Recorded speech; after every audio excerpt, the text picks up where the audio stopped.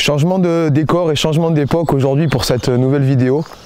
On est dans une ambiance très 19e siècle. Je suis venu découvrir le département de la Loire-Atlantique et ses nombreux parcours. J'ai été invité par Jean-François à aller pêcher sur un étang où apparemment il y aurait pas mal de poissons attrapés, et essentiellement des carpes. Donc on va finir notre pactage, on va charger la calèche et puis on va se rendre sur le parcours très rapidement. Je me languis vraiment de découvrir les lieux, on est dans un cadre d'exception. Il y a des châteaux un peu partout. J'adore ça. Tout est vert, tout est fleuri, contrairement à ma région où c'est déjà sec et assez pauvre en végétation. On est vraiment dans un cadre luxuriant. Donc on finit de charger les cannes et la station et puis c'est parti, on y va.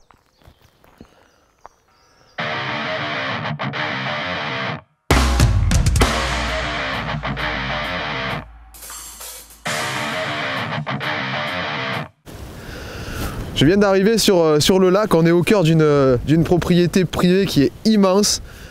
C'est la propriété d'un château, le lac fait 30 hectares. Il est balayé aujourd'hui par un vent assez puissant. Donc j'ai quitté ma région, mais j'y suis toujours encore un peu. J'ai quitté le Mistral pour me retrouver avec un gros vent de nord-est. J'espère que ça va pas nuire pour la pêche. En tout cas, selon les informations que j'en ai eues, c'est un lac qui est riche en poissons. Il y a beaucoup de carpes, il y a des gardons, des brèmes. Je vais essayer de cibler les plus gros poissons aujourd'hui. Le cadre est vraiment splendide. Il y a de l'eau à perte de vue, c'est des bois, c'est naturel. Et cerise sur le chapeau et pas sur le gâteau, j'ai un petit ponton pour m'installer, ça va être juste magique. Les poissons seront bien dans les bourriches, bien dans l'eau. J'ai une barque à côté de moi, on pourra aller faire un petit tour si besoin. J'ai plus qu'une envie, c'est m'installer, mouiller l'amorce, préparer les èches et puis attaquer cette journée de pêche qui, je l'espère, sera magnifique.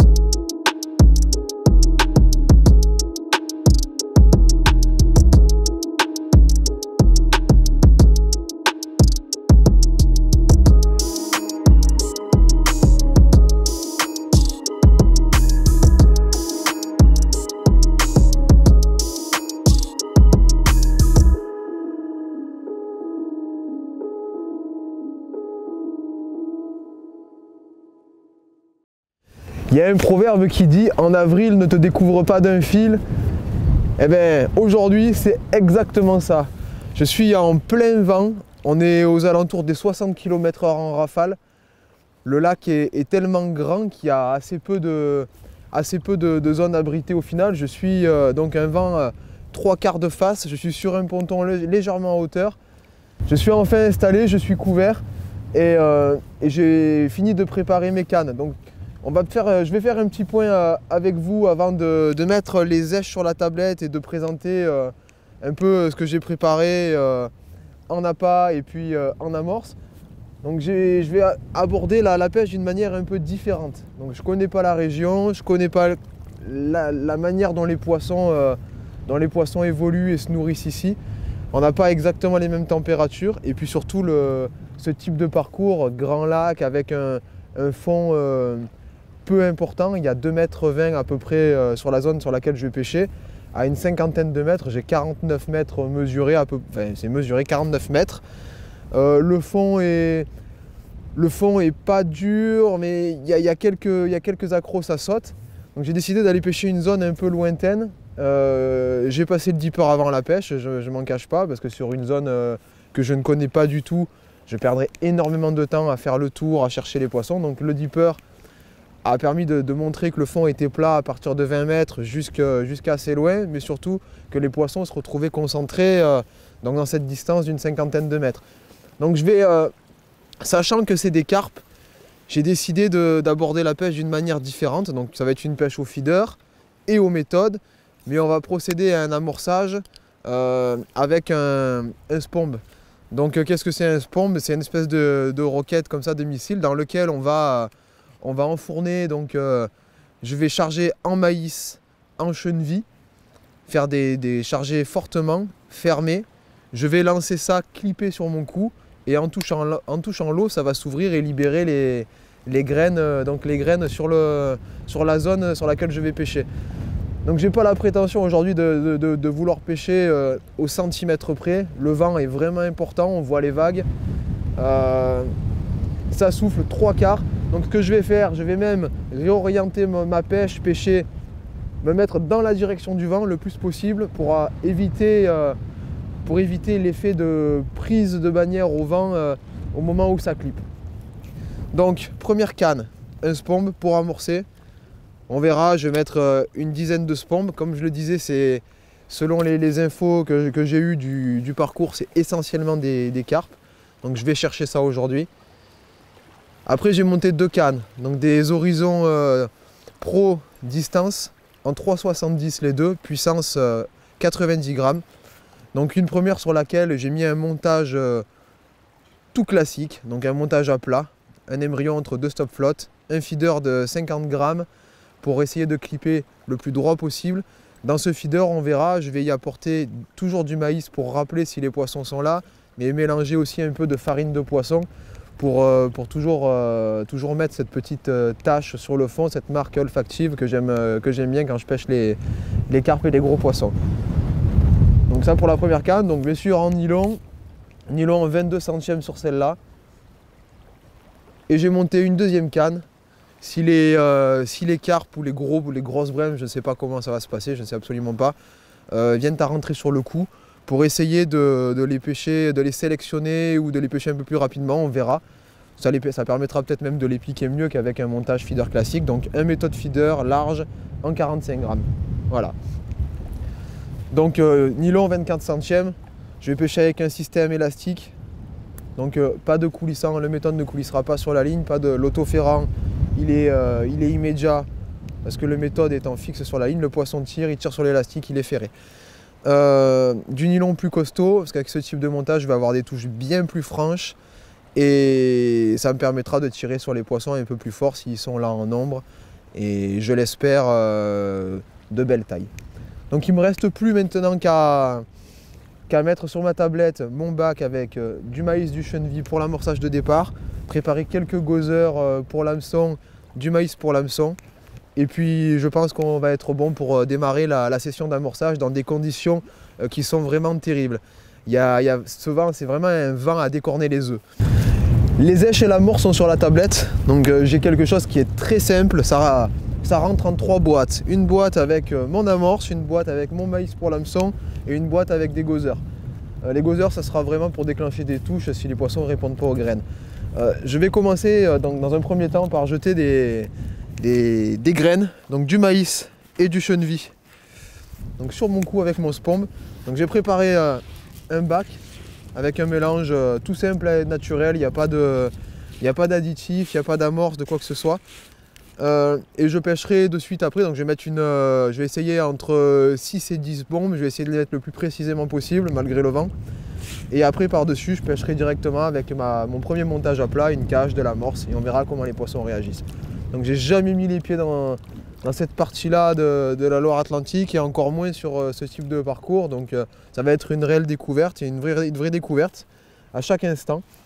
Donc là je suis vraiment impatient de commencer à amorcer pour vite mettre un hameçon et attaquer à pêcher, voir si le sillon se plie en deux.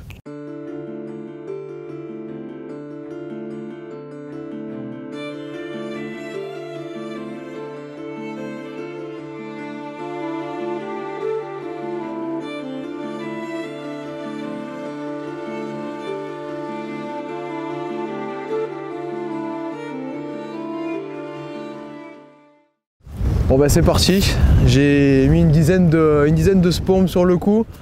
Il y en a 3 qui étaient un peu moins précis qui sont partis à gauche, mais bon, je suis assez content de moi avec les conditions. Dans tous les cas, j'ai amorcé une zone et je vais pêcher plus précisément maintenant avec de la farine. On va essayer de les recentrer sur ça, les poissons. On va les attirer avec les graines, on va les recentrer sur les cages pour le moment. Donc voilà, j'attaque, première cage, 2 maïs sur un cheveu et on y va. Voilà, la première cage vient de toucher l'eau. Donc je suis tombé sur ma zone d'amorçage. Donc première chose à faire avec toutes ces vagues qui créent un courant de surface énorme, c'est de noyer sa bannière. Donc je plonge le sillon dans l'eau et je tire à l'inverse des vagues pour noyer. C'est assez rapide, c'est du nylon. Et je pose sur le support. Donc là, le début de pêche va être un peu assez dynamique sur la première demi-heure où je vais lancer assez régulièrement. Donc je ne vais pas poser la canne sur le support, je la garde sur le genou. Et après, je me servirai du support en fonction de la réactivité des poissons et de la cadence des touches pour attendre un peu plus longtemps avant de ferrer un peu plus longtemps la touche.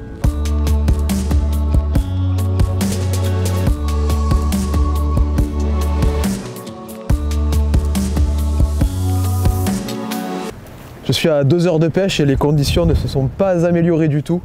Il fait encore plus froid, j'ai l'impression. Il y a de plus en plus de vent et c'est pas pour autant qu'on a des touches. J'ai essayé pas mal de choses. J'ai commencé à la cage avec un bas de ligne assez court et 2 grains de maïs, puis un grain de maïs. J'ai eu une belle tape que j'ai soupçonné être un passage dans le fil, mais j'ai jamais eu de suivi, de touche après ça. Ça n'a pas plus bougé que ça. J'ai essayé de passer aux méthodes feeder avec un dumble, un rose, un jaune, un pop-up. J'ai essayé des pop-up, des wafters, donc qui se posent au fond mais équilibrés, ou des qui flottent, et aucune différence. Il y a quelques poissons qui sautent sur le lac, mais alors vraiment quelques. J'ai vu 3 poissons, mais très loin à droite, très loin à gauche. Est-ce que le fait que le parcours soit sauvage et très peu pêché, les poissons nous ont senti arriver et le peu de pression de pêche qu'on met les a écartés du bord, je sais pas. Toujours est-il, 2 heures, c'est pas insurmontable. On peut attendre encore un peu. Je vais essayer d'insister un peu aux méthodes. Donc ce que j'ai fait par contre, vu qu'il y a très peu de touches, j'ai préféré augmenter la taille de mon bas de ligne. Donc quitte à avoir une touche, autant avoir un poisson.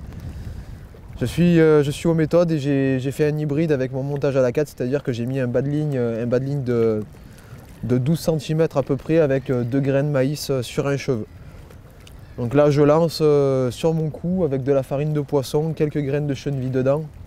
Et j'attends entre 15 et 20 minutes pour voir si les poissons ont besoin de calme pour se rapprocher de mon appel, de mon amorçage de départ, et puis pourquoi pas surtout en piquer un.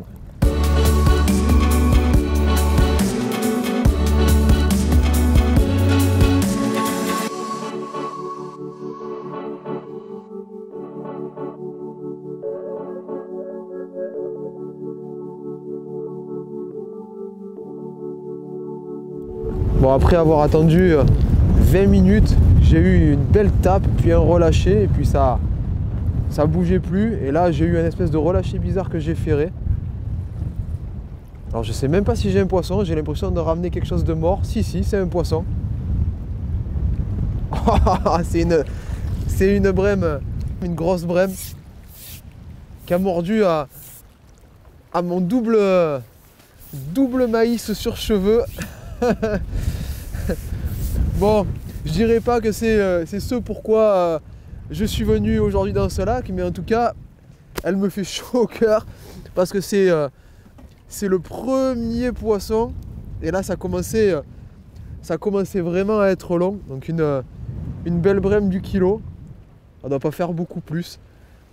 C'est un beau poisson qu'on voit qui n'a jamais été pêché. Elle a une bouche qui est énorme. Alors ce qui est rigolo, elle a une coquille de moule qui vient de sortir de sa bouche. Alors la coquille est tombée. C'est des poissons qui doivent manger sûrement des coquillages sur le fond, ou alors en mangeant le maïs et le chenvier, elle est tombée dessus. Toujours est-il, ça vient de sortir de sa bouche. Bon, ça m'a pas réchauffé, mais presque, hein. Ah, ça fait du bien, un poisson. Allez, je vais faire la même chose. Je vois pas de raison d'essayer de chercher les brèmes maintenant, vu que je l'ai faite en pêchant avec une grosse bouchée. Donc je remets de suite une grosse bouchée sur mon cheveu. Donc 2 maïs bloqués avec un push top.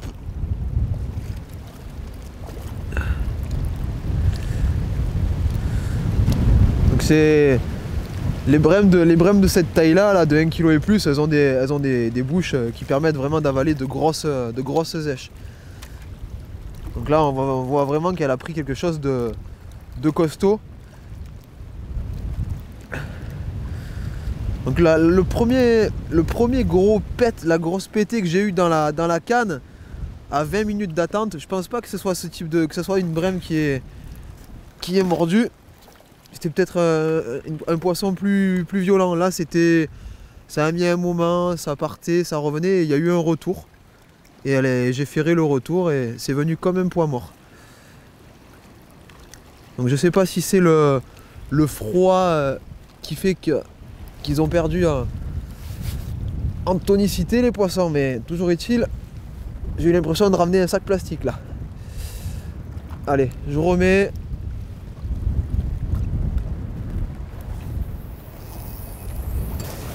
Et hop, une deuxième brème. Bon, je me suis rabattu sur cette pêche là, à défaut d'avoir une deuxième touche après ma première brème de carpe sur le méthode feeder. J'ai décidé de chercher ces poissons qui font des passages sur mon cou. Ça a l'air d'être les brèmes. Donc c'est des belles mémères. Il doit y en avoir quelques-unes, mais elles sont vraiment très dures à prendre. J'ai un long bas de ligne qui fait 80 cm avec un petit hameçon de 16 dessus, 2 gozer. Et puis en faisant quelques aguichages et en patientant un peu, voilà, j'ai eu une deuxième touche de brème. Donc je vais essayer de voir s'il y a quelques poissons qui répondent comme ça. Il n'y a pas de carpe aujourd'hui, j'étais vraiment parti dans l'optique de faire des carpes. Parce qu'apparemment il y en a énormément sur le parcours et elles mordent bien d'habitude. Je suis frigorifié. On est à l'ombre maintenant. Il y a du vent, les mains mouillées. J'ai l'impression d'être en hiver chez moi. Je vais vite remettre 2 gozers, relancer et mettre les mains sous les fesses en attendant la touche entre 2 aguichages.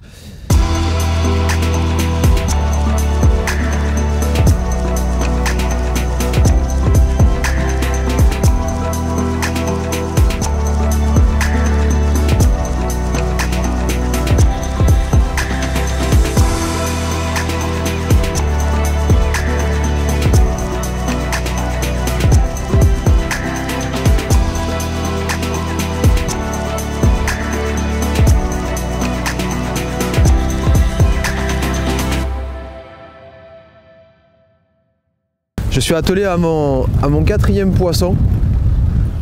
Juste avant, j'avais des passages dans le fil de nouveau, mais ça mangeait pas les asticots. Et au moment de ramener, j'ai harponné un poisson. Donc les poissons sont bel et bien présents sur le coup, mais ils mordent pas à ma manière de présenter lèche et ils mordent pas à mes asticots. Donc j'ai décidé d'essayer de passer un ver de terre. Et là, le constat est sans appel. C'est une belle brème. Hop là, c'est vraiment des poissons qui sont magnifiques. Ils ont une robe qui est très sombre. Ça va bien avec le cadre et avec la couleur de l'eau qui est marron. Donc c'est vraiment des poissons qui sont vraiment très jolis. Donc là on voit bien donc le bout de dendros piqué par la pointe. Donc c'est pas un terreau, c'est un dendros. Et l'hameçon qui est vraiment juste au bord. Donc elle commence juste à avoir des boutons de frais. Donc ça c'est pareil, si on compare à chez nous elles sont déjà boutonneuses, mais vraiment c'est impressionnant. Là elles commencent juste. Donc c'est vraiment des beaux poissons. Ils n'ont pas une défense qui est exceptionnelle. Je pense que le coup de froid de cette nuit a fait que les poissons ont un peu fermé la bouche, sont un peu calmés. Toujours est-il que je suis content. Je suis pas capot. Ma dernière expérience dans la région a voulu que je rentre chez moi bredouille. Donc là déjà pour cette première journée de mon séjour, ça fait plaisir d'avoir quelques touches. Donc je vais essayer quelque chose d'autre. J'ai pas envie de rester sur ce montage feeder classique. Les poissons sont sur le coup, ils répondent à l'impact du feeder et de l'amorce. Donc j'ai envie d'essayer aux méthodes feeder, mais avec un ver de terre posé sur mon push top. Voilà le ver de terre, je l'ai traversé avec le push top et je l'ai ressorti à à 1/5 derrière la tête. Donc il pend derrière mon hameçon. Je vais essayer comme ça. Je vais pas l'intégrer dans le moule. Je vais le laisser pendre. Vu comment les poissons répondent et réagissent sur le coup, ça vaut le coup d'être essayé. You have to be your biggest fan. And when things are really tough and they're really rough and nothing's working, but there's something inside of you that says, I just have to follow that. Because you don't know who you're going to meet, who you're going to meet, who you're going to meet, who you're going to meet, who you're going to meet, who you're going to meet. Bon ben c'est décidément le ver de terre qui déclenche le plus de touches. J'ai de nouveau une belle brème au bout de la ligne. Donc sur un montage au feeder à plat classique. Je pense qu'on est passé à côté de la pêche du jour en ayant fait un amorçage complètement orienté pêche à la carpe. J'aurais dû amorcer avec de la farine, un feeder, des terreaux coupés, quelques pinkies, je pense, pour faire rentrer les brèmes sur le coup. Mais c'était pas mon objectif premier. Le fait de ne pas avoir mis de farine, je n'ai pas eu de traces olfactives ni de particules qui sont allées chercher les poissons un peu plus loin dans la coulée. Je pense que le maïs, il fallait vraiment que le banc passe dessus pour qu'il s'installe et que je puisse les attraper. Maintenant elles sont sur le coup. En réalisant vraiment un amorçage destiné à cette pêche-là, on aurait, je pense, pu faire une grosse pêche de brème sur le parcours. Mais bon, la pêche est ce qu'elle est, c'est une découverte aujourd'hui et je suis satisfait de ma pêche du jour parce que c'était plutôt très mal parti et on se rattrape plutôt pas mal. Bon, je viens de dire à Emilien que c'était la dernière brème, mais ça sera peut-être l'avant-dernière parce qu'il devait filmer une touche et il me regardait. Du coup, ça a l'air un peu plus joli ça. Ça a l'air d'être une brème un peu plus jolie. Donc c'est quand même agréable de pêcher les brèmes avec cette canne là. J'avais encore pas essayé sur ce type de poisson. J'avais vraiment destiné cette canne moi dans mon fourreau pour les pêches de carpe, en rivière et en canot par chez moi. Et là pour pêcher à une 50aine de mètres les grosses brèmes, c'est plutôt un bon modèle. En sachant qu'il faut forcer face au vent pour envoyer des feeders bien chargés.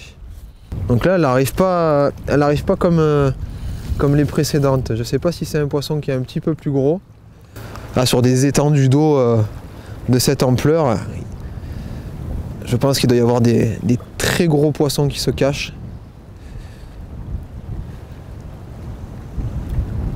Voilà, je ne sais pas ce que c'est mais j'aimerais bien la voir quand même. Ou alors elle est harponnée. Bon, vu la touche est bizarre, ça serait vraiment bizarre. Voilà, l'avant-dernière, elle n'est pas plus grosse que les autres, elle fait la même taille. Elle avait dû juste faire un tour sur le fil et se mettre en travers dans le courant. Allez, c'est parti, je remets la canne à l'eau et puis après, je vais commencer à remballer. Parce qu'il faut qu'on prépare la deuxième partie de mon périple dans l'ouest. Et ça sera une pêche qui aura certainement rien à voir avec celle d'aujourd'hui. Bon ben pour la dernière, ça aura pas tardé. Je viens juste de reposer ma cage dans l'eau, ça a touché le fond et c'est parti. C'est incroyable. Il aura fallu 4h30, 5h pour que les poissons rentrent vraiment sur le coup. Donc grosse erreur de stratégie, mais bon, je reste quand même satisfait du résultat. C'est une totale découverte du parcours, des poissons, et puis du cheptel du parcours tout simplement, parce que j'étais parti sur une pêche de carpe, mais les conditions climatiques ont fait qu'elles n'ont pas mordu.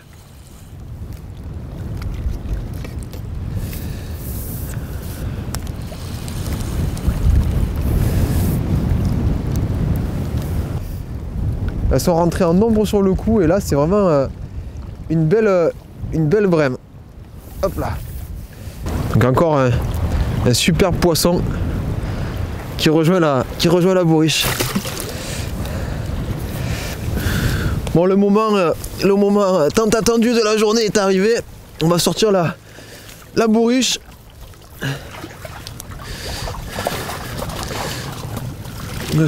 On peut appeler ça une pêche miraculeuse par rapport au début catastrophique de la journée.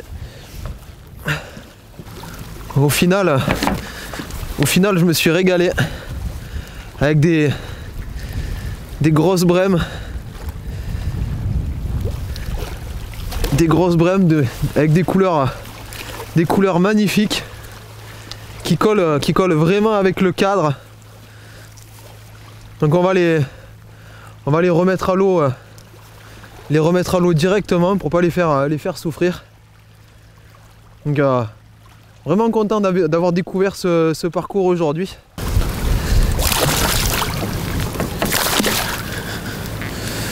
Allez, à bientôt les filles!